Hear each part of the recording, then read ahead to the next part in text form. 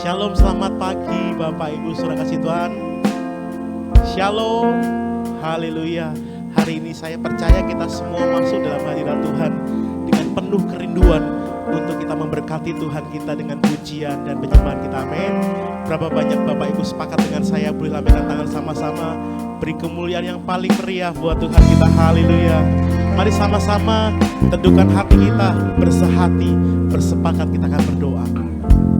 Terima kasih buat kebaikan Tuhan sepanjang minggu ini. Terima kasih buat kasih-Mu yang melimpah, buat pertolongan-Mu yang selalu tercurah dalam kehidupan kami. Hari ini Tuhan, kami rindu membawa pujian penyembahan kami, korban ucapan syukur kami kepadamu, karena Tuhan luar biasa baik dalam kehidupan kami. Bahwa kami masuk dalam hadirat-Mu, kami percaya dalam hadirat-Mu menguatkan kehidupan kami. Saat kami dalam hadirat-Mu, Engkau memulihkan kehidupan kami. Terima kasih Tuhan Yesus, terpujilah nama-Mu di dalam nama Tuhan Yesus Kristus. Sama-sama yang percaya kuasa Tuhan katakan amin.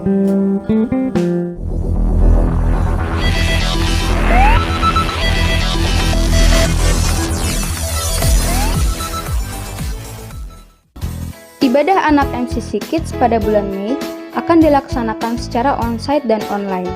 Pada bulan Juni dan seterusnya, ibadah anak hanya dilakukan secara onsite. Youth MCC hanya dilakukan secara onsite setiap hari Sabtu jam 7 malam bertempat di Mall GTC. Cool Prayer and Worship diadakan setiap hari Jumat secara onsite di setiap masing-masing cool. Untuk pelayanan pastoral, silakan menghubungi telepon dan WhatsApp. Untuk perpuluhan, misi, penginjilan, ucapan syukur, diakonia, dan lain-lain dapat ditransfer melalui rekening BCA berikut ini. Ibadah hari ini akan dilayani oleh Pendeta Ishak Moses. Mari kita dengarkan Voice of Pentecost.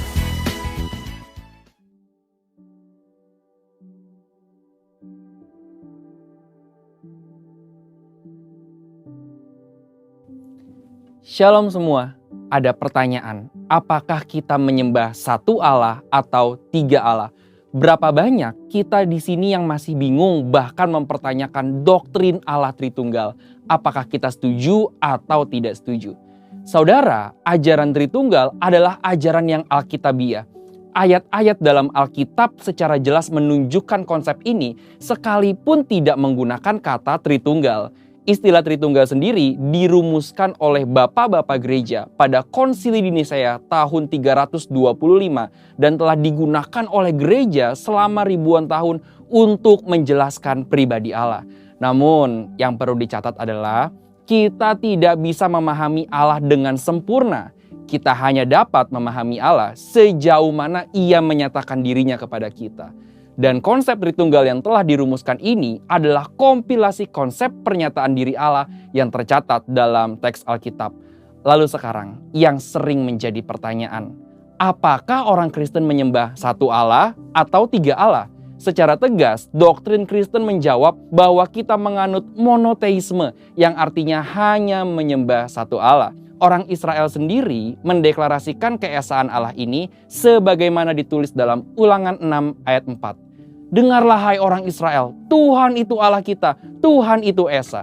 Kata Esa menunjukkan tunggal atau satu. Deklarasi ini kemudian dikonfirmasi oleh ayat-ayat dalam Perjanjian Baru. Namun di lain pihak, kata Elohim justru bersifat jamak. Perjanjian Baru juga menyebutkan bahwa ada tiga pribadi Allah, yaitu Bapa, Anak, dan Roh Kudus. Sebagai contoh adalah peristiwa ketika Yesus dibaptis. Dalam peristiwa tersebut terlihat ada pemisahan yang jelas, yaitu Yesus sebagai anak yang dibaptis, Bapa berbicara dari sorga, dan Roh Kudus turun seperti burung merpati ke atas Yesus. Tentu pemahaman kekristenan ini adalah suatu pemahaman yang unik dan sulit dicerna. Maka istilah Tritunggal menjadi jawaban dari permasalahan ini. Kita menyembah satu Allah, yaitu Bapa, Anak, dan Roh Kudus, ketiganya yang Esa. pengertian Tritunggal sendiri berarti Allah itu Esa dan memiliki 3 pribadi yang sama kekal dan sederajat. Sama dalam hakikat tetapi beda dalam pribadinya. Satu hakikat, 3 pribadi. Jadi Bapa adalah Allah, Anak adalah Allah, dan Roh Kudus adalah Allah. Tidak ada 3 Allah, melainkan satu Allah. Doktrin Tritunggal ini telah disepakati dan digunakan oleh seluruh aliran Kristen arus utama seperti Pentakosta, Protestan, Katolik, dan lain-lain. Sehingga dapat menjadi alat ukur apakah sebuah gereja menggunakan doktrin yang benar atau tidak. Adapun dalam sejarah pernah ada beberapa pemahaman yang salah terkait doktrin Tritunggal. GBI sendiri lewat pengakuan iman, pengajaran dasar, dan tata gereja GBI secara jelas menganut pemahaman Tritunggal, yaitu satu hakikat, 3 pribadi. Ketiga pribadi Allah dalam Allah Tritunggal sendiri juga memiliki peran yang spesifik. Misalnya, Bapa sebagai pencipta dan pemelihara, Anak sebagai pendamai dan penyelamat, Roh Kudus tinggal di dalam hati kita dan bekerja di hati kita.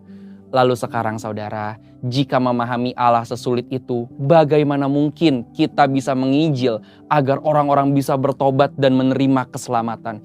Bicara mengenai keselamatan adalah hanya dalam percaya kepada Yesus Kristus.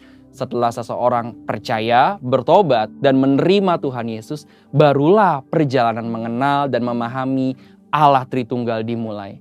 Maka dari itu, sambil terus memahami kekayaan dan kebesaran Allah Tritunggal, kita juga harus terus memberitakan Yesus Kristus kepada dunia. Karena keselamatan hanya ada di dalam Yesus Kristus. Saudara, untuk penjelasan lebih lengkap dari tim teologi kami, silahkan buka link yang ada di atas atau scan QR Code yang tersedia. Tuhan Yesus memberkati.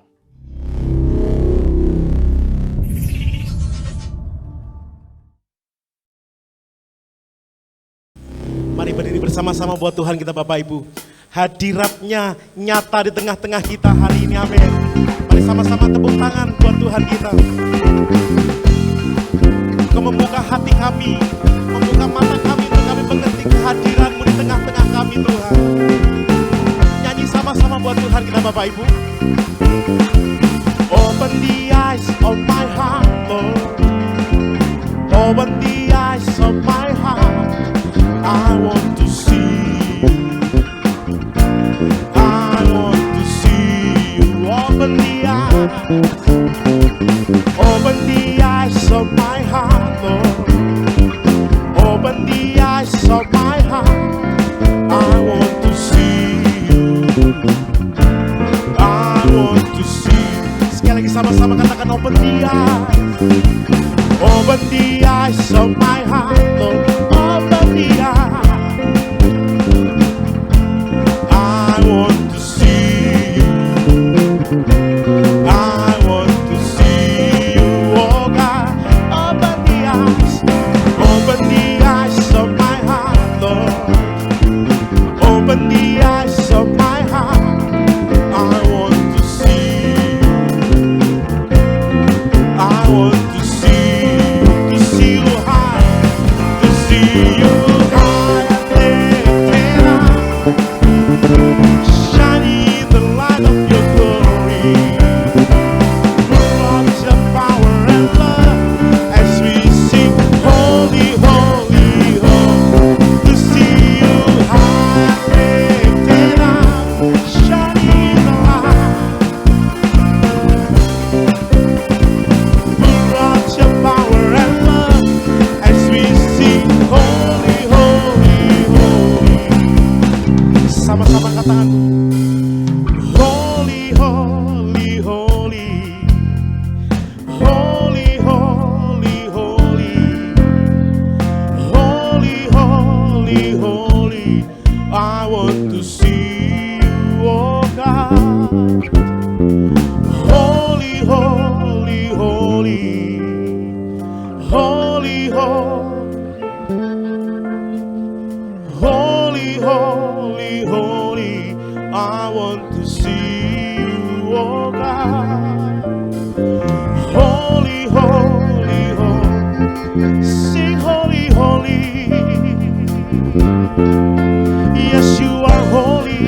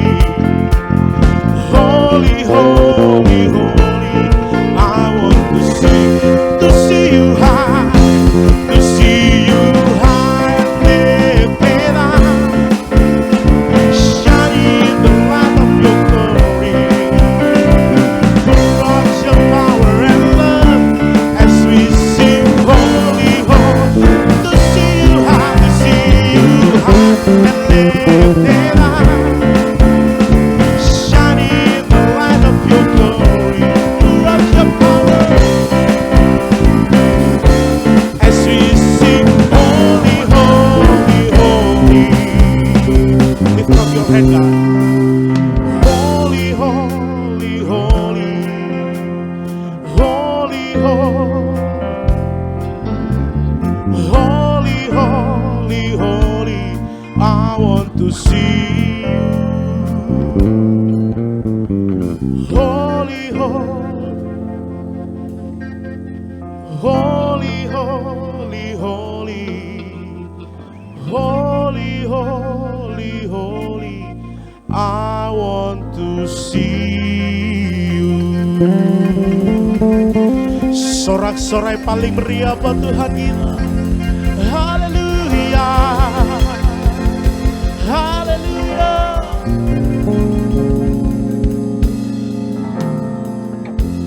You are holy, holy. Lord, there is none like you. You are holy, holy. Glory to you, oh Lord. You are holy God.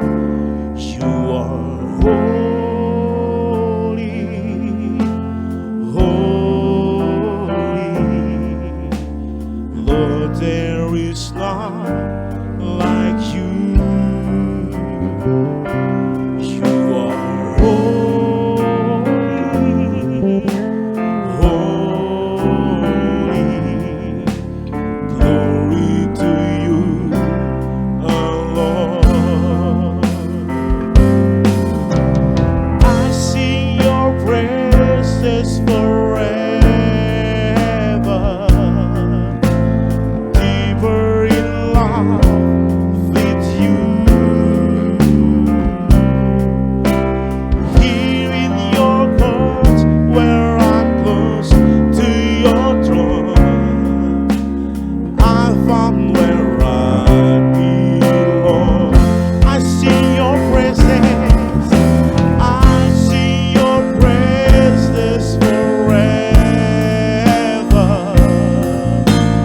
Deeper in love with you.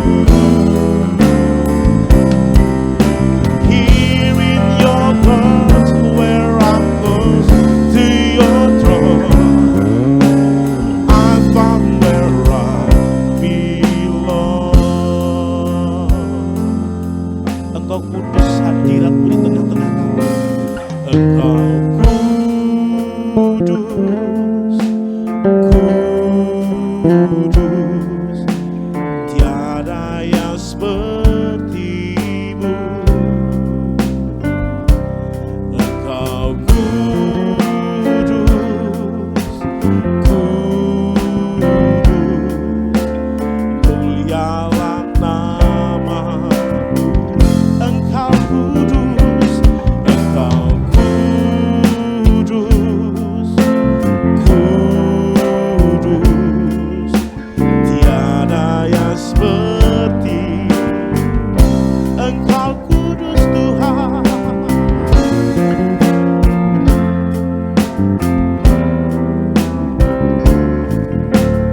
Mulialah nama, ku naikkan pujian,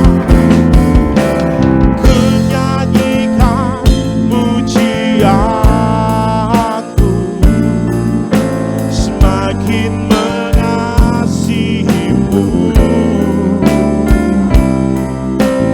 Di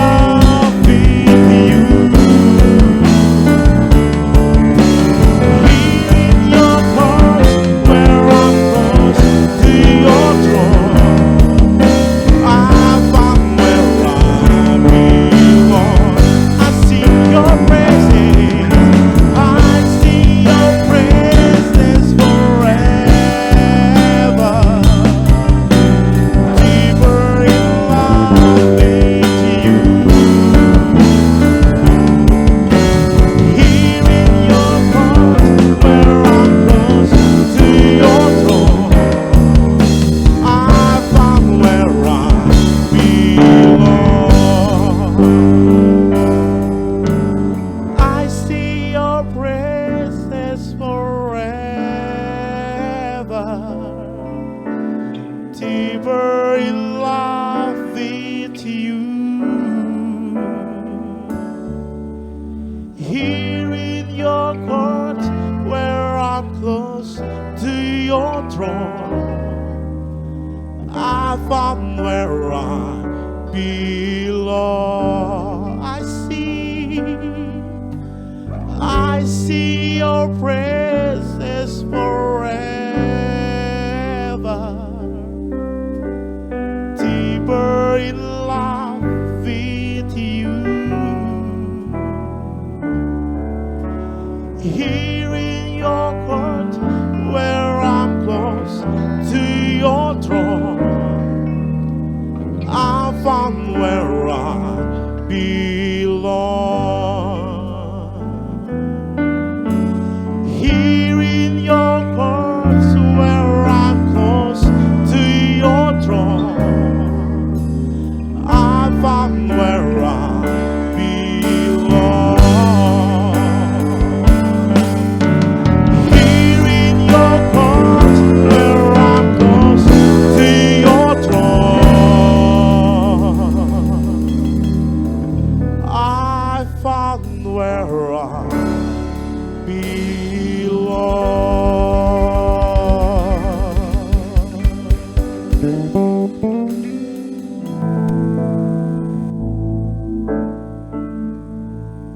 Kami memuji kebesaran, kami mengagungkan nama-Mu ya Aba, sebab Engkau layak dipuji, Engkau layak disembah. Hari ini ya Aba, kami boleh ada di sini, kami boleh membangun ibadah kami. Kami percaya Tuhan ada di tengah kami. Kami percaya Engkau siap untuk melayani kami, Engkau siap untuk melawat kami. Karena itu ya Aba, biar pagi ini ambil alih seluruh ibadah ini ya Tuhan. Urapi hamba-Mu apa yang Engkau ingin untuk disampaikan. Biar pengurapan itu menolong ya Aba, sehingga semua boleh terkomunikasikan dengan baik. Dan itu ditangkap, dipahami, bahkan dilakukan dalam kehidupan kami pribadi demi pribadi. Kami siap mendengarkan pesan-pesan-Mu dalam nama Tuhan Yesus. Haleluya, haleluya. Mari yang siap sama-sama katakan amin. Berikan tepuk tangan yang paling meriah. Silakan duduk Bapak Ibu Saudara. Shalom. Shalom. Tanggal 26 nanti kita akan bersama dalam ibadah kenaikan Tuhan Yesus. Saudara, hari-hari kalau itu 2000 tahun yang lalu, kita sedang ada di masa di mana Tuhan sedang datang melawat murid-muridnya untuk memberi bukti kepada mereka bahwa Dia yang pernah berkata pada hari yang ketiga Dia akan bangkit dari antara orang mati. Dia buktikan bahwa Dia bangkit dari antara orang mati. Nah, hari ini saya tidak mengambil teks dalam bagian itu atau dalam area kisah-kisah itu, tapi saya mau ajak kita untuk lihat sebuah karya Tuhan yang besar, melawat bukan orang yang biasa, tapi orang yang begitu spesial. Mari buka Alkitab Bapak Ibu Saudara. Saya coba buat tema join in God's great plan. Saudara kira-kira bisa tangkap apa yang saya maksudkan? Bergabung dalam sebuah rencana Tuhan yang besar, yang dahsyat, yang luar biasa. Mari kita buka sama-sama Alkitab kita. Kita baca teks ini, penulis membagi 5 bagian. Nah, bagian yang pertama, karena ini bentuk narasi atau bentuk cerita, dia mulai dengan ada problem, ada masalah serius. Masalah besar yang dia kemukakan di dalam teks ini. Lalu kemudian semakin meningkat, ada titik baliknya, pada akhirnya ada berita tentang ada pengharapan. Mari kita sama-sama baca dulu. Saya baca ayat 1, Bapak Ibu Saudara baca ayat berikutnya, bergantian. Dalam tahun matinya Raja Uzia, aku melihat Tuhan duduk di atas tahta yang tinggi dan menjulang, dan ujung jubahnya memenuhi bait suci. Ayat 2, Bapak Ibu Saudara baca.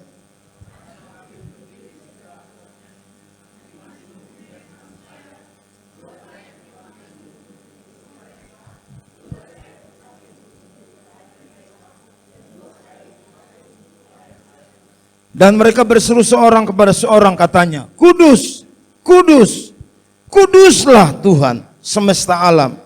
Seluruh bumi penuh kemuliaannya. Ayat yang keempat.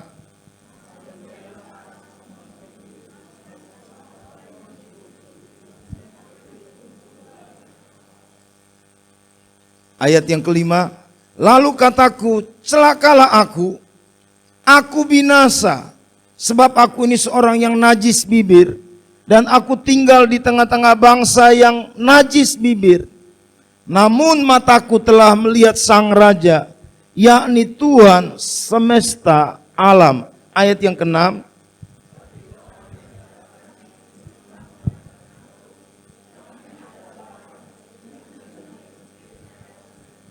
Ia menyentuhkannya kepada mulutku serta berkata, lihat, ini telah menyentuh bibirmu, maka kesalahanmu telah dihapus dan dosamu telah diampuni. Ayat yang ke-8.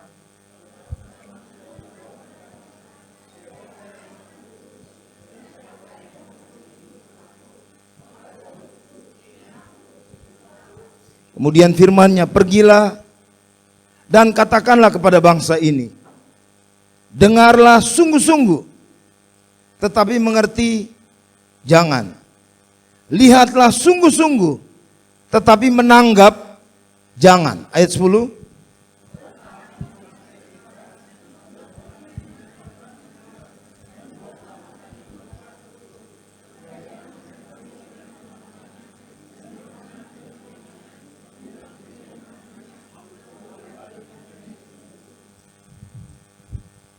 Ayat 11. Kemudian aku bertanya, sampai berapa lama ya Tuhan?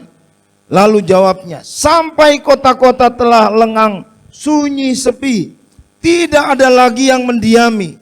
Dan di rumah-rumah tidak ada lagi manusia. Dan tanah menjadi sunyi, sepi. Ayat 12.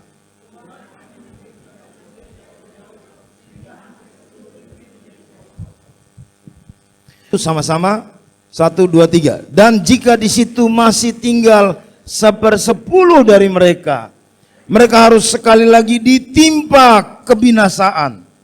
Namun keadaannya akan seperti pohon beringin dan pohon jawi-jawi yang tunggulnya tinggal berdiri pada waktu ditebang, dan dari tunggul itulah akan keluar tunas yang kudus. Bapak Ibu Saudara, apa yang kita baru baca pada bagian teks yang lebih lengkap secara satu kitab, Bapak Ibu Saudara. Saudara akan ketemu di sana bahwa Tuhan itu menyatakan rancangannya secara luar biasa atau rancangannya yang besar kepada semua orang. Dan di dalam bagian teks ini, Saudara, Dia menginginkan untuk kita bergabung bersama-sama atau bergerak bersama-sama dengan Tuhan untuk mengerjakan karya besar itu. Saudara, kita hari-hari ini, saya langsung ngomong ke apa yang menjadi terapan yang kita sedang doakan, sedang kita tunggu-tunggu secara bersama-sama, sedang kita rindukan untuk lihat itu menjadi semakin besar, yaitu Pentakosta ketiga. Apa yang dibilang oleh Pak Niko tentang Pentakosta ketiga, sebuah pengalaman ilahi di mana Allah yang mengerjakannya. Yang paham katakan amin. Jadi Allah yang datang melawat kita dalam bagian yang saudara dan saya baca ini. Secara utuh saya bisa bilang begini, bahwa kekristenan itu bicara tentang anugerah. Allah yang melakukan segala perkara yang baik buat hidup saudara dan saya. Yang percaya katakan amin. Bicara hidup kekristenan itu anugerah semata-mata. Bukan karena upaya keras pribadi atau tindakan kita, tapi karena anugerah yang membuat kita melihat hal-hal yang besar itu hadir. Nah, saya mau ajak kita untuk mari lihat. Ini saya coba untuk membuat pengamatan sastranya. Dan dari pengamatan ini Bapak Ibu Saudara, ada 5 fase daripada bagian teks ini. Dan 5 fase ini menjelaskan bagian-bagian penting. Ini bagian pengamatan saya, nanti kita akan lihat hasilnya di sini. Jadi Bapak Ibu Saudara, dari teks ini ada 5 hal yang akan kita perhatikan secara bersama. Yang pertama yaitu ada pernyataan kekudusan Allah yang ditunjukkan Allah, yang diperlihatkan Allah kepada Yesaya. Lalu kemudian berikutnya ada pernyataan anugerah. Di dalamnya ada bagian-bagian biblikal yang sangat luar biasa kalau kita pelajari. Terus kemudian bagian ketiga, itu paling sering kita dengar, yaitu tentang panggilan. Bagian yang keempat yaitu pernyataan hukuman Allah buat orang-orang Israel yang bebal. Lalu kemudian yang paling akhir yaitu pernyataan tentang ada harapan. Nah, saudara, saya akan coba ajak kita untuk dalam waktu 30 menit ini kita bahas 5 bagian ini. Mungkin tidak akan sedetail ya Bapak Ibu Saudara. Tapi saya berharap saudara bisa tangkap apa yang menjadi poin-poin penting. Nah, mari lihat hal yang pertama. Kata ini atau bagian ayat 1 itu dimulai dengan kata bis not ya mot. Kata bis not mot ini tahun mati, ini mot ini mati. Lalu kemudian senat itu bicara tentang artinya tahun. Nah, dia mulai dengan sebuah kata depan, dan kata depan ini yang saya mau saudara perhatikan baik-baik yaitu B. Saya tulis di sini ada beberapa hal yang simple. Ini dipakai untuk menerjemahkan tempat. Kata B ini diterjemahkan untuk menyatakan keadaan. Tetapi dalam teks ini Bapak Ibu Saudara, dalam teks ini kata ini digunakan untuk menjelaskan tentang waktu. Nah, kalau dalam terjemahan Indonesia dikatakan dalam, ya, dalam. Tapi dalam terjemahan bahasa Ibrani, kita bisa menerjemahkan itu di dalam, tapi dalam pengertian tentang ada sebuah masa atau sebuah waktu yang kalau itu digunakan, kata B itu digunakan, menunjukkan sebuah peristiwa atau sebuah kegiatan yang berjalan pada waktu yang sama, ya, dengan kata kerja utama yang ditunjukkan di dalamnya. Jadi karena kata kerja utama dalam teks ini bicara tentang melihat. Nah, saudara, penulis ingin memberi petunjuk buat saudara dan saya bahwa ada 2 peristiwa yang terjadi secara bersama-sama. Peristiwa apa itu Bapak Ibu Saudara? Yang pertama yaitu dikaitkan dengan tahun matinya Raja Usia. Lalu kemudian kata kerja utama tadi ini menunjukkan peristiwa yang kedua yang sedang dinyatakan, yaitu Yesaya melihat Tuhan. Pertanyaannya begini, apa pentingnya, mengapa penting, atau kenapa sampai peristiwa tahun matinya Raja Usia itu ditulis secara bersama-sama dengan waktunya Yesaya melihat Tuhan. Saudaraku yang terkasih dalam Tuhan Yesus, saudara, di dalam teks 2 Tawarik pasal 26 itu menceritakan tentang kematiannya Raja Usia. Dan ada latar belakang yang cukup lengkap di dalam situ Bapak Ibu Saudara. Apa latar belakangnya? Yaitu usia paling muda, masih sangat muda, 16 tahun. Itu dia sudah diangkat jadi raja. Begitu istimewa orang ini. Lalu kemudian karena Tuhan menolong dia, ada begitu besar atau begitu banyak keberhasilan yang dicapai olehnya. Saya mungkin langsung menerjemahkan aplikasinya buat saudara saya begini. Kalau kita mengalami keberhasilan, perhatikan baik-baik, Alkitab memberikan banyak data bahwa Tuhanlah yang menopang, Tuhanlah yang menolong, Tuhanlah yang melakukan perkara itu. Yang mengerti katakan amin. Nah, sehingga namanya jadi masyhur. Dia bisa bangun menara-menara. Itu data-data yang saudara bisa baca. Lalu kemudian dia punya tentara yang begitu kuat, Bapak Ibu Saudara. Tapi kemudian dia menjadi berubah setia. Ada banyak catatan di Alkitab yang ternyata buat miris, Bapak Ibu Saudara. Mirisnya begini. Orang ketika jadi diberkati atau jadi sukses, banyak yang berubah setia. Saya berdoa biar jangan sampai kita terjebak dengan kondisi itu. Yang pahami maksud saya, bilang amin. Jadi banyak catatan orang ketika sukses, ketika berhasil, dia kemudian menjadi berubah setia. Dalam catatan di 2 Tawarik pasal 26, apa yang dilakukan oleh Raja Uzia ketika dia berubah setia? Saya menyimpulkan saja, yaitu dia melakukan hal-hal yang merusak. Itu pasti hadir Bapak Ibu Saudara. Lalu kemudian yang kedua, dia karena begitu angkuh, sombong, sehingga dia begitu berani masuk ke bait Allah. Lalu kemudian mengambil peran imam. Dia ambil bokor, padahal sudah ditegur oleh para imam. Jangan kamu lakukan itu, kamu tidak punya hak. Bahkan itu bahasa yang lebih tegas. Karena kamu bukan keturunan imam. Tetapi yang dilakukan oleh Uzia, dia tetap melakukannya. Sementara dia lakukan itu, Alkitab memberikan informasi buat kita bahwa dia menjadi kusta karena tindakan itu, Bapak Ibu Saudara.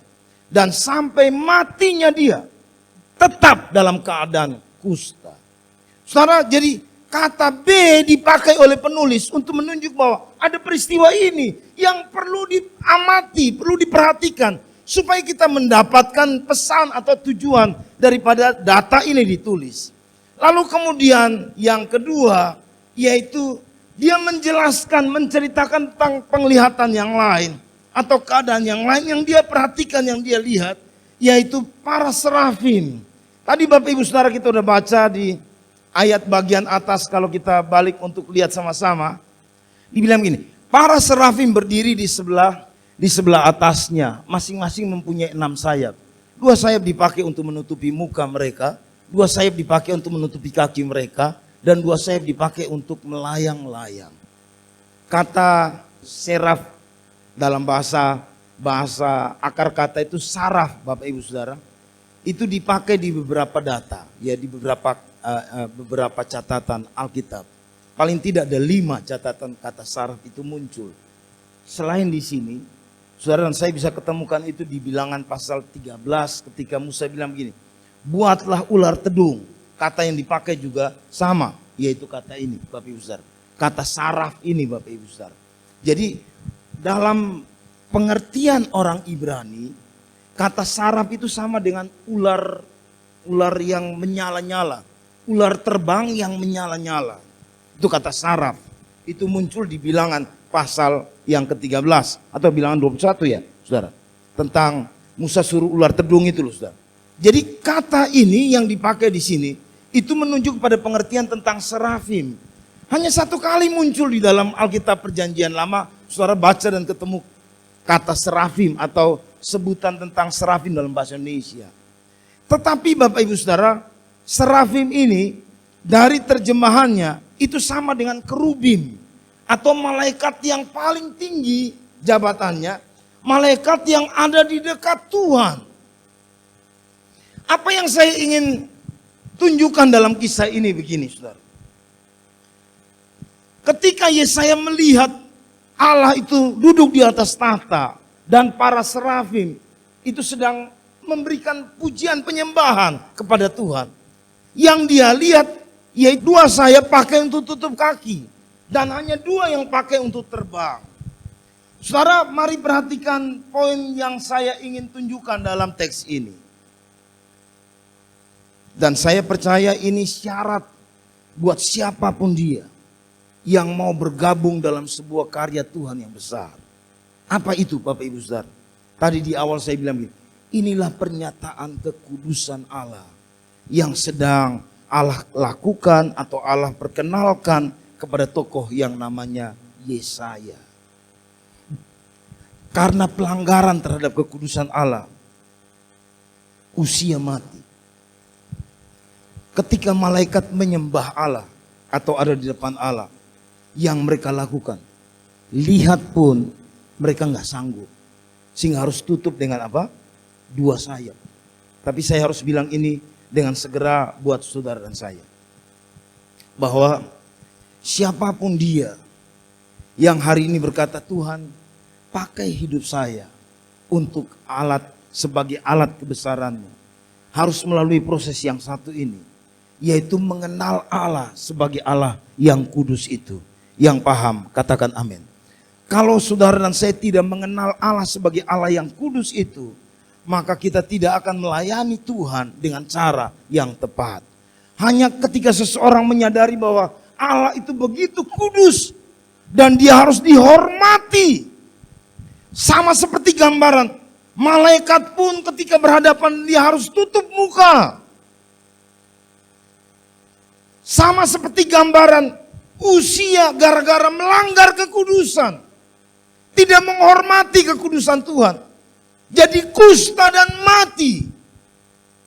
Saya harus bilang ini buat kita. Kita semua harus mengalami proses ini dalam hidup kita. Kalau kita mau terlibat dalam sebuah karya Tuhan yang besar. Yaitu saudara saya harus mengenal siapa Allah itu dalam hidup kita. Kalau dia begitu kudus, mari hormati dia dan layani dia. Yang mengerti bahasa saya ini bilang amin. Tepuk tangan buat Tuhan Yesus. Saya langsung maju ke bagian yang kedua. Saudara, ini muncul respon dia. Dia bilang begini, celaka saya. Pasti itu terjadi. Ketika dia melihat kekudusan Tuhan, dia bilang begini, celaka saya. Mengapa celaka? Ini dalam bahasa Ibrani, dipakai kata ini, oi li. Ya, artinya sama seperti itu. Binasa saya, hancur saya. Nah, saudara, alasan dia bilang begitu, mati saya, celaka saya. Yang pertama karena dia bilang, saya najis bibir. Yang kedua, dia bilang gini, karena saya tinggal juga di tengah-tengah bangsa yang najis bibir. Lalu yang ketiga, dia bilang gini, saya melihat Tuhan. Jadi alasan dia bilang, saya celaka. Saya celaka kenapa? Karena saya najis bibir. Karena saya duduk di tengah-tengah bangsa yang najis bibir. Dan juga karena saya bisa lihat Tuhan. Nanti lihat ayat-ayat di belakang untuk menjadi lebih tegas. Kata dalam bahasa Ibrani, kata najis ini Bapak Ibu Saudara. Itu diartikan ada beberapa data. Kusta itu diartikan orang yang kena lepra Bapak Ibu Saudara. Itu juga digunakan untuk menerjemahkan seorang wanita yang kena datang bulan. Kata ini juga dipakai kepada imam yang menyentuh mayat. Maka dia akan dimaksudkan kamu sedang mengalami yang disebut dengan kenajisan. Jadi waktu Yesaya bilang gini, Tuhan saya ini najis. Saudara tahu apa yang dia maksudkan? Saya ini harusnya terpisah dari semua orang. Halo, bisa tangkap Bapak Ibu Saudara? Bisa tangkap? Karena orang-orang yang kusta atau najis tidak boleh didekatin. Yang luar biasa, justru Tuhan datang dekati dia. Ini yang saya maksudkan Bapak Ibu Saudara. Saudara sedang melihat bahwa ada anugerah yang begitu besar yang Tuhan sedang nyatakan buat saudara dan saya yang menjadi pembaca, khususnya buat Yesaya. Di tengah kondisi yang mestinya harus dipisahkan atau harus dijauhkan, harus dikarantina, justru dia melihat bahwa anugerah Tuhan yang melayakkan dia untuk bisa didekati oleh Tuhan. Yang mengerti hal ini bilang amin. Ketika Manoah dia lihat Tuhan, dia bilang kita pasti mati sebab kita telah melihat Tuhan. Konsekuensi dari orang melihat Tuhan itu pasti langsung mati. Karena kekudusan Tuhan, kemuliaan Tuhan begitu luar biasa sehingga tidak terhampiri. Nah, di Kejadian 30 ayat 30, ini Yakub. Yakub menamai tempat itu Peniel, sebab katanya, aku telah melihat Allah berhadapan muka, tetapi nyawaku tertolong. Jadi ada persepsi bahwa orang kalau lihat Tuhan pasti mati. Coba baca Ibrani pasal 12 ayat 14. Sama-sama, 1, 2, 3. Berusahalah hidup damai dengan semua orang dan kejarlah kekudusan. Sebab tanpa kekudusan tidak seorang pun akan melihat Allah. Jadi ada konsep yang lain Bapak Ibu Saudara. Siapapun tidak bisa melihat Allah kalau dia nggak kudus. Nah, saya balik ke kisah Yesaya. Ini najis bibir, tapi kok bisa lihat Allah? Halo? Saya bisa tangkap sesuatu di sini. Dia dalam kondisi najis bibir, hidup di tengah-tengah bangsa yang najis bibir. Tapi kok bisa Allah datang kepada dirinya. Saudara tahu cerita yang lain ketika Paulus sedang mengejar orang-orang yang percaya kepada Tuhan Yesus. Tiba-tiba di Damsyik dia hanya lihat cahaya. Apa yang terjadi dalam dirinya? Dia buta. Itu Paulus. Hanya karena melihat cahaya. Tidak dibilang bahwa dia melihat Allah seperti yang dibilang oleh Yesaya.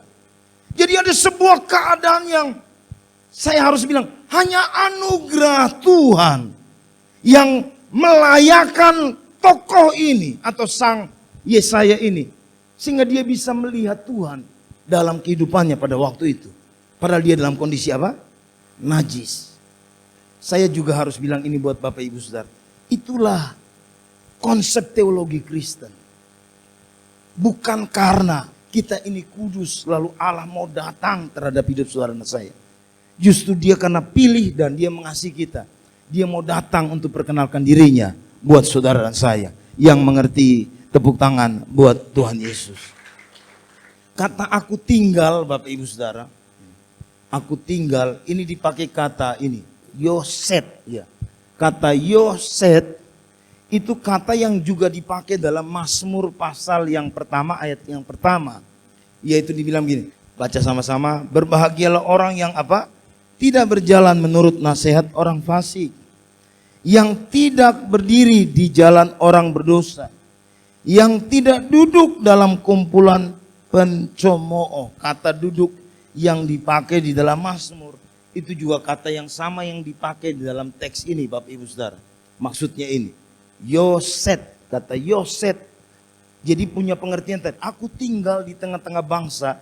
Itu sama dengan aku duduk di tengah-tengah bangsa yang pencemooh. Artinya bergaul dengan mereka. Terlibat dalam perilaku mereka. Itu seolah-olah seperti bahasa itu.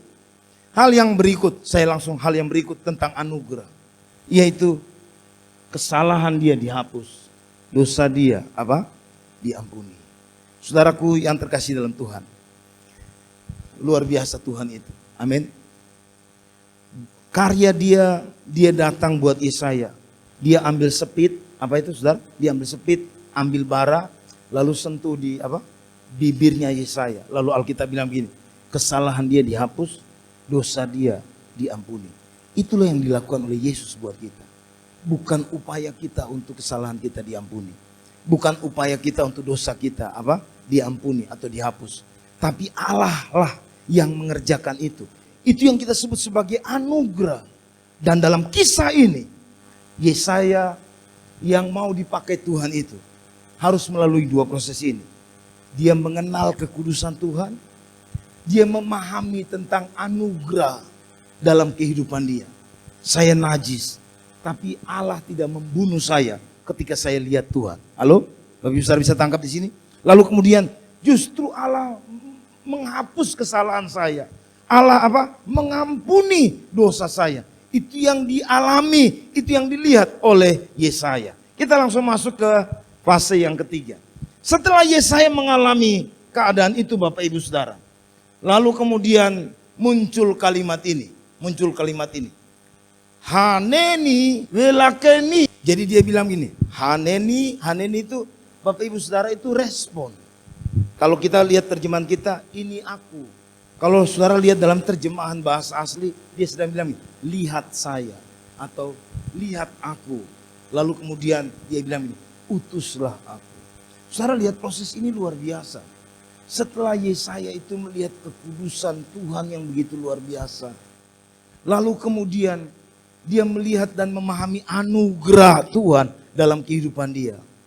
Respon dia bilang, Tuhan, lihat saya, utus saya. Saya percaya ini ada sebuah proses waktu. Tidak bersegera. Atau ada sebuah pembuktian yang Yesaya sedang ingin bilang buat Tuhan. Loh, lihat saya loh. Artinya ada kesan bahwa ada sebuah perubahan yang terjadi dalam diri Yesaya. Sehingga dia berani bilang gini. Ini aku, apa? Lihat aku dan utus aku. Hari ini mungkin dengan tegas saya harus bilang gini. Kita semua yang terlibat dalam pelayanan pekerjaan Tuhan. Setelah mengalami kekudusan Tuhan, melihat kekudusan Tuhan, memahami anugerah Tuhan. Maka yang perlu hadir dalam hidup kita yaitu, apakah ada respon di mana kita berani bilang begini, lihat saya. Halo? Saudara bisa tangkap maksudnya? Makanya saya kutip ayat dalam perjanjian baru. Kita baca sama-sama ayat ini. Kamu adalah surat pujian kami. Apa? Yang tertulis dalam hati kami. Dan yang dikenal. Dan yang dapat dibaca oleh apa? Semua orang. Saya percaya kalau dua proses yang pertama itu dilewati, harusnya ada perubahan yang nyata dalam hidup pribadi seseorang. Yang percaya, katakan amin. Harusnya akan ada respon seperti Yesaya. Harusnya tidak akan ada penolakan dari dirinya. Karena dia lihat kebesaran Tuhan dalam kekudusan dan anugerah yang datang dalam hidup pribadi dia. Nah, saya akan tutup dengan poin ini, Bapak Ibu Saudara. Keadaan seperti apa yang dihadapi dalam panggilan Yesaya? Dari ayat yang tadi saudara dan saya baca di belakang atau di depan, coba kita baca dan saudara simpulkan apa yang dimaksud dengan pesan ini. Dibilang begini, pergilah, katakan kepada bangsa ini, dengar sungguh-sungguh, mengerti jangan. Lihat sungguh-sungguh, tanggap jangan. Buat hati ini keras, buat telinga berat mendengar, buat mata melekat tertutup, supaya jangan mereka melihat dengan mata dan mendengar dengan telinga dan mengerti dengan hati, lalu berbalik dan menjadi sembuh. Kira-kira apa maksudnya nih bahasa ini? Seolah Tuhan sedang bilang begini, Yesaya, ketika Yesaya, ini saya, lihat saya Tuhan, dan utus saya. Tuhan lanjut dan bilang begini, kau pergi dengan tugas, dan tugasmu itu kau akan gagal total. Saya mau tanya, kalau kita di posisi Yesaya, berapa banyak yang mau lanjut bilang begini, ini saya, utus saya. Ayo, coba angkat tangan. Dikasih tahu ini, pelayanan dia, kamu akan gagal. Pelayananmu tidak akan berhasil. Bahkan dilanjutkan dengan kalimat begini. Aku bertanya, sampai berapa lama Tuhan? Mereka ini jadi budak begini. Mata jadi buta kayak begini. Tidak ada anugerah yang mereka terima. Dibilang begini, sampai apa saudara? Lalu sampai kota-kota telah lengang sunyi sepi. Tidak ada lagi yang mendiami. Dan di rumah-rumah tidak ada lagi manusia. Dan tanah menjadi sunyi sepi. Luar biasa ini saudara. Ini diutus melayani, tapi dalam pelayanan dia semua hancur. Tidak ada yang berhasil. Terus lanjut Bapak Ibu Saudara. Tuhan akan singkirkan manusia jauh-jauh. Sehingga hampir seluruh negeri menjadi kosong. Lalu ada penegasan di belakang. Kalaupun masih ada 1/10. Dibilang gini. Mereka harus sekali lagi ditimpa kebinasaan. Luar biasa. Kadang orang berpikir pelayanan itu dari sisi yang enak gitu ya, menyenangkan. Dan tidak siap untuk mengalami hal-hal yang susah. Ketika seorang yang pahami tentang panggilan Tuhan tidak siap untuk keadaan yang seperti ini, maka yang terjadi gampang lari dari sebuah panggilan atau sebuah pelayanan. Halo? Saudara tangkap maksud saya? Ada sebuah tantangan langsung pergi. Mengapa? Coba lihat Bapak Ibu Saudara, Yesaya. Ini sampai seluruh pelayanan dia dibahasakan, kau gagal, kau akan gagal. Itu yang terjadi dengan Yesaya. Tapi yang luar biasa, saya langsung tutup dengan yang terakhir ini saudara, yang luar biasa. Saudara ingat khotbah saya waktu Natal kemarin, ketika Pak Niko bicara tentang Immanuel, dan kemudian saya buat pengamatan tentang kata Immanuel, lalu saya menjelaskan tentang maksud kata Immanuel dalam teks Yesaya pasal yang ke-7 itu, Bapak Ibu Saudara. Nah, saudara kalau lihat kata Immanuel hadir di sini, itu menjadi tanda yang Tuhan kasih buat Yesaya, buat orang Israel. Ketika Raja Israel bersepakat dengan Aram untuk mau menyerang Yehuda, mereka takut Bapak Ibu Saudara. Bahkan mereka habis pengharapan, hilang pengharapan. Lalu Yesaya bilang begini, Tuhan bilang itu tidak akan berhasil. Mereka tidak akan menghancurkan engkau. Lalu kemudian Yesaya bilang begini, Kalau lu nggak percaya, minta tanda dari Tuhan. Mereka nggak berani minta tanda, lalu Yesaya kasih tanda. Di Yesaya pasal 7, coba saudara buka Yesaya pasal 7, ayat 10-11. Kita baca sama-sama dulu. Saudara buka. 1, 2, 3. Tuhan melanjutkan firman-Nya kepada Ahaz. Katanya, mintalah suatu pertanda dari Tuhan Allahmu. Biarlah itu sesuatu dari dunia orang mati yang paling bawah, atau sesuatu dari tempat tertinggi yang di atas. Tetapi Ahaz menjawab, aku tidak mau meminta, aku tidak mau mencobai apa? Tuhan. Lalu berkatalah Nabi Yesaya, baiklah, dengarkan, hai keluarga Daud. Belum cukupkah kamu melelahkan orang sehingga kamu melelahkan Allahku juga? Wah, ini bahasa luar biasa ini. Jadi tentang keturunan Daud atau orang-orang Yehuda pada waktu itu. Lalu ayat 14 dibilang gini. Sebab itu Tuhan sendirilah yang akan memberikan kepadamu suatu pertanda. Sesungguhnya seorang perempuan muda mengandung dan akan melahirkan seorang anak laki-laki. Dan ia akan menamakan dia apa? Immanuel. Saudara, di teks ini rasanya luar biasa. Ya, Tuhan itu tetap bela umatnya.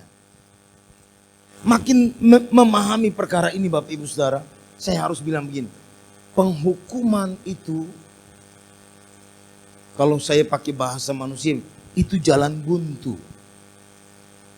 Itu udah jalan buntu. Atau pilihan paling akhir dari sebuah ketidaksabaran. Itu penghukuman Tuhan beri buat orang Israel. Dalam teks ini mereka udah mau diserang, mereka udah ketakutan. Tuhan bilang, enggak, pokoknya Tuhan akan bela mereka. Sampai Yesaya datang kepada Raja Ahaz. Dia bilang gini, saya jadi tanda loh. Nama saya artinya Tuhan menyelamatkan. Anak-anak saya jadi tanda. 2 anak daripada Yesaya. Yang satu bernama Syer Yashub, artinya sisa umat yang akan kembali. Yang satu namanya Maher Shalal Hasbaz, itu artinya jarahan akan segera dirampas atau penghukuman pasti segera terjadi. Jadi ketika Yesaya datang kepada Ahaz dan bilang gini, kau bertobat sungguh-sungguh, Tuhan pasti akan tolong bangsa ini. Dia bilang gini, ingat saya ini artinya Tuhan adalah keselamatan. Jadi ini yang dibilang tadi di ayat-ayat tadi, sampai kosong semua. Tapi itu jalan akhir. Penghukuman itu jalan paling akhir. Dan nanti satu hari, ini pesan eskatologi, kita akan sampai di masa itu. Tapi kita yang percaya Tuhan sudah diangkat lebih dulu. Yang paham katakan amin. Baru penghukuman Tuhan itu turun atas dunia ini. Sekali lagi saya mau bilang buat Bapak Ibu Saudara, kasih Tuhan begitu luar biasa. Kalau hari ini saudara lihat orang jahat tidak dihukum, orang melakukan hal-hal yang tidak baik masih seolah-olah dengan tidak baik pun dia berhasil jadi kaya raya.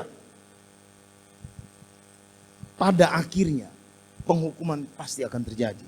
Dan pesan eskatologinya buat saudara saya, nanti ketika masa itu, yaitu masa di mana si antikris itu menguasai dunia ini, itulah penghukuman yang akan datang buat orang-orang yang yang tidak percaya kepada Tuhan Yesus, atau bahasanya yang tidak bertobat.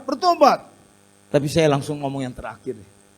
Bahasa terakhir dia bilang, namun keadaannya akan seperti pohon beringin, pohon jawi-jawi yang tunggulnya tinggal berdiri pada waktu ditebang. Dan dari tunggul itulah akan keluar tunas yang kudus. Kita baca ayat berikutnya yang kemudian menegaskan tentang nubuatan ini. Pasal 9 ayat 1. Tetapi tidak selamanya akan ada kesuraman untuk negeri yang terimpit itu. Kalau dahulu Tuhan merendahkan tanah Sebulon dan tanah Naftali, maka di kemudian hari ia akan memuliakan jalan ke laut, daerah seberang sungai Yordan, wilayah bangsa-bangsa lain. Kemudian ketika Tuhan Yesus datang, semua yang kemudian menjadi kosong dan dikuasai oleh kerajaan-kerajaan atau bangsa-bangsa yang lain itu. Ini adalah daerah Nazaret, Bapak Ibu Saudara. Ini adalah daerah Galilea. Kemudian ada begitu banyak mujizat yang Yesus buat di sana.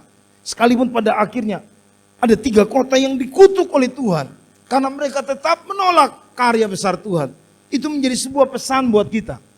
Saya harus bilang ini Bapak Ibu Saudara. Anugerah Tuhan itu berlimpah-limpah. Yang percaya katakan amin. Di dalam ketidakkudusan Yesaya pun, Tuhan itu melayakan dia. Karena dia menganugerahkan kesempatan buat Yesaya untuk melihat kekudusan itu. Anugerah Tuhan begitu berlimpah buat saudara saya. Yang Tuhan minta, mari responi dengan benar. Yang paham katakan amin. Mari responi itu dengan benar. Sehingga memang seperti kata Roma pasal 8 ayat 1. Tidak ada penghukuman bagi mereka yang ada dalam Kristus. Karena kita punya hati yang siap untuk diatur oleh Tuhan. Yang percaya, yang mengerti, sama-sama katakan amin. Mari bangkit berdiri Bapak Ibu Saudara. Kami percaya kami punya pengharapan karena Kristus. Kami akan melihat hal-hal yang besar, hal-hal yang dahsyat, pemulihan demi pemulihan. Itu terjadi dalam seluruh pelayanan kami. Khususnya GBMCC ya Abah. Tuhan, kami akan lihat hal-hal yang luar biasa. Biar Tuhan pakai kami di kota ini ya Abah. Pakai kami di bangsa ini dalam nama Yesus. Abah mau berdoa, Tuhan buat setiap pribadi, setiap jemaat Tuhan, bahwa semua kami mengenal Engkau, mengenal kekudusan-Mu, mengenal anugerah yang luar biasa yang Engkau beri buat kami itu. Sehingga Tuhan kami akan berkata, pakai kami ya Abah, pakai kami sebagaimana kami melihat itu dalam hidup kami. Pakai kami biar orang lain juga menerima hal yang sama. Terima kasih Tuhan, terima kasih, terima kasih. Barui setiap anak-anak-Mu ya Abah. Kami bersyukur buat siang hari ini. Tuhan terus berbicara buat kami. Perjelas semua pesan ini ya Tuhan. Sehingga kami akan terus bergerak bersama dengan Tuhan dalam karya-Mu yang luar biasa itu. Di dalam nama Tuhan Yesus Kristus. Mari sama-sama katakan amin, amin. Tepuk tangan buat Tuhan Yesus. Haleluya.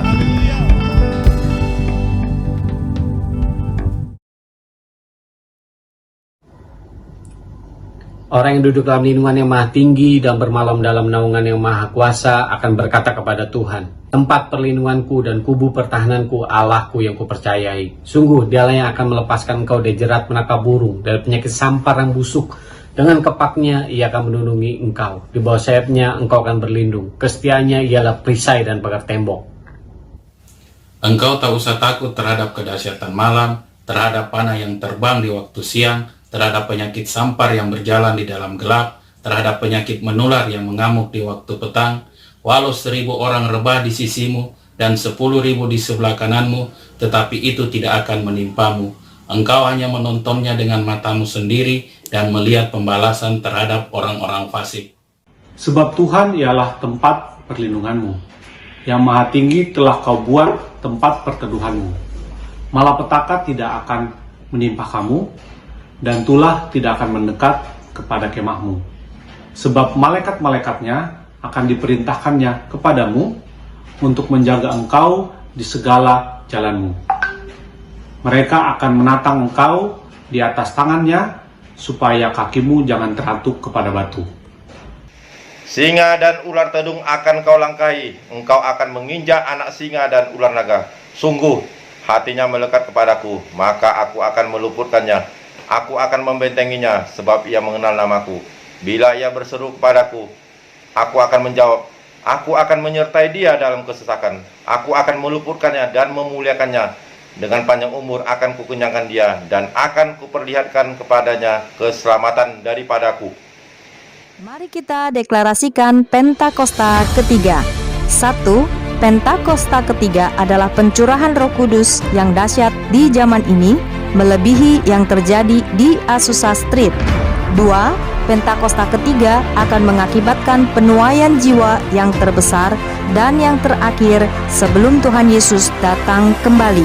3. Pentakosta ketiga akan membangkitkan generasi Yeremia, yaitu anak-anak muda yang dipenuhi Roh Kudus, cinta mati-matian kepada Tuhan Yesus, tidak kompromi terhadap dosa, dan akan bergerak untuk memenangkan jiwa. 4. Pentakosta ketiga lahir di Indonesia dan bergerak ke bangsa-bangsa. Gerakan ini dari timur ke barat dan akan kembali ke Yerusalem. 5. Pentakosta ketiga akan memberikan kuasa untuk menyelesaikan amanat agung, dan setelah itu Tuhan Yesus datang kembali. Terima kasih Tuhan. Hati kami penuh dengan limpah dengan syukur akan Engkau Tuhan. Terima kasih untuk kehadiran Engkau di tengah-tengah kami pada siang ini Tuhan. Lawatan-Mu, berkat anugerah-Mu bagi kami Tuhan. Kami tahu Tuhan, Engkau telah melayakkan kami Tuhan, untuk kami ada di hadapan-Mu Tuhan. Sebab itu Tuhan, kami berserah Tuhan kepada Engkau Tuhan. Pakai hidup kami Tuhan, urapi kami Tuhan, untuk kami dapat berjalan seturut dengan apa yang menjadi kehendak Engkau di dalam kehidupan kami. Engkau pakai setiap kami menjadi alat-Mu Tuhan. Secara khusus di era Pentakosta ketiga ini Tuhan,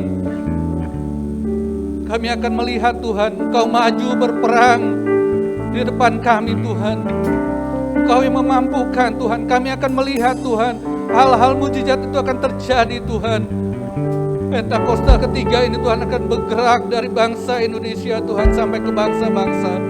Dan kami akan melihat Tuhan, gereja kami, anak-anak muda, generasi Yeremia kami Tuhan, akan menjadi bagian daripada itu semua Tuhan. Engkau akan mengurapi setiap kami Tuhan. Bawa kami lebih lagi Tuhan. Pakai kami Tuhan, di mana gereja ini Tuhan akan menjadi terang Tuhan, akan menjadi berkat bagi setiap kami, bagi kota Makassar, bahkan bagi Indonesia Tuhan.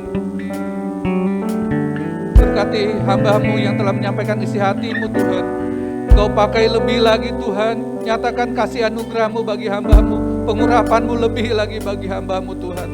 Secara khusus juga siang ini Tuhan, hamba-hamba-Mu yang telah mengambil bagian Tuhan dalam pelayanan ini Tuhan, dari worship leader, singer, pandu multimedia, aser, semuanya yang terlibat Tuhan, Engkau urapi, Engkau berkati Tuhan, dan Engkau tambahkan lebih lagi Tuhan, hati yang rendah hati, hati yang ingin melayani Tuhan, ada pada kami semua ini Tuhan. Terima kasih Tuhan, terima kasih.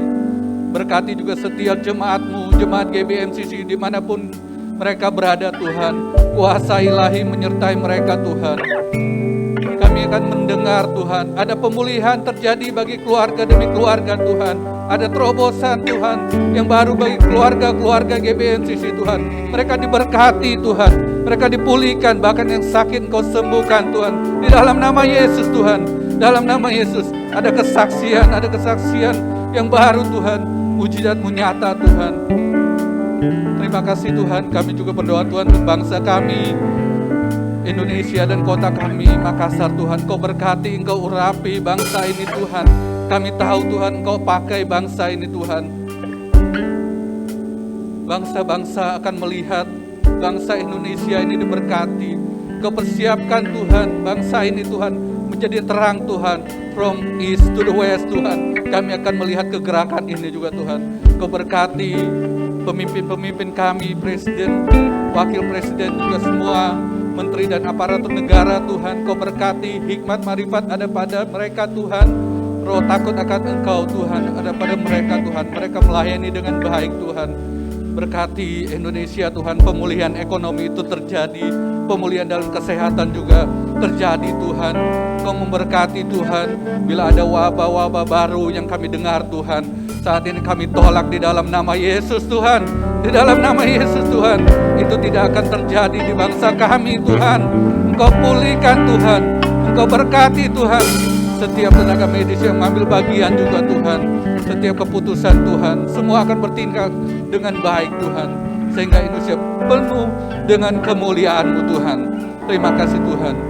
Berkati Bapak-Bapak rohani kami, Pendeta Insinyur Konyoto Radio dan empat wakilnya, juga Karayon kami, Bapak Budi Sastra, juga Gembala kami di tempat ini, Bapak Ishak Moses. Tuhan, Kau berkati hamba-hambamu Tuhan, yang telah Kau utus Tuhan, Kau pelengkapi, Engkau berikan hikmat-Mu Tuhan, Engkau berkati dalam kehidupan dan pelayanan mereka Tuhan, dimanapun mereka berada Engkau sertai Tuhan. Kau berkati dan Kau limpahkan segala kebutuhan kehidupannya Tuhan, dan damai sejahtera Allah menyertai mereka semua Tuhan. Terima kasih Tuhan, terima kasih. Sebentar kami akan menerima berkat. Mari angkat tangan, arahkan hati buat Tuhan dan terima berkat Tuhan. Tuhan menyertai engkau dan melindungi engkau. Tuhan menyinari wajahnya dan beri engkau kasih karunia. Tuhan mengadahkan wajahnya kepadamu dan memberi engkau damai sejahtera. Diberkatilah hidupmu, keluarga, usaha, pekerjaan, pendidikan. Engkau berhasil, engkau naik, engkau jadi kepala, engkau jadi berkat bagi banyak orang. Dan biar dipakai di era Pentakosta ketiga ini untuk menuai banyak jiwa. Dalam nama Tuhan Yesus Kristus. Mari semua yang menerima berkat Tuhan ini kita katakan amin.